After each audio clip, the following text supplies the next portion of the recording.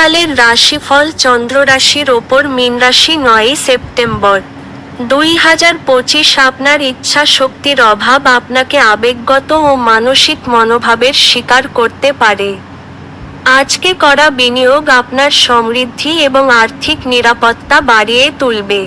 কোন পুরনো বন্ধু আপনাকে সন্ধ্যায় কল করে মধুর স্মৃতি ফিরিয়ে আনবে? আপনার প্রেমিকার খামখেয়ালি ব্যবহার আপনার মেজাজ খারাপ করতে পারে। দায়িত্ব গ্রহণ করা নতুন কাজ প্রত্যাশার দিক থেকে কম পড়ে যাবে।